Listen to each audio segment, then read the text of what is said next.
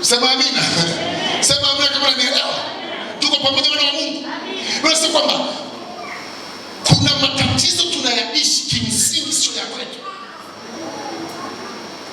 Ndoa nyingi zinakufa kwa sababu ya marafiki. Na hawezi kujua kwa sababu wakiwa naongea ni kama watu wenye akili, ni kama watu wanakushauri, kumbe hao ndio chanzo cha anguko lako. Kuna watu unaweza kaweka hata kwenye biashara zako, biashara zikasimama.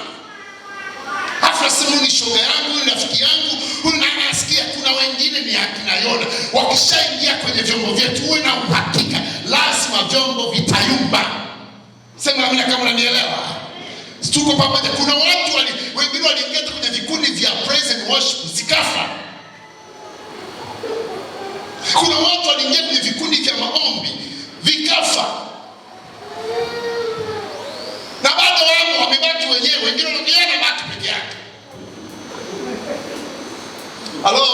Amen. Yaani wote atawakuta wameamua kumwacha, lakini yupo bwana anasema kwamba mtumishi wa Mungu, lakini Bwana ataleta wengine wakati yeye ndio tatizo. Uwe na uhakika unapoungana na watu ambao wameacha mapenzi ya Mungu. Uwe na uhakika hata mambo yako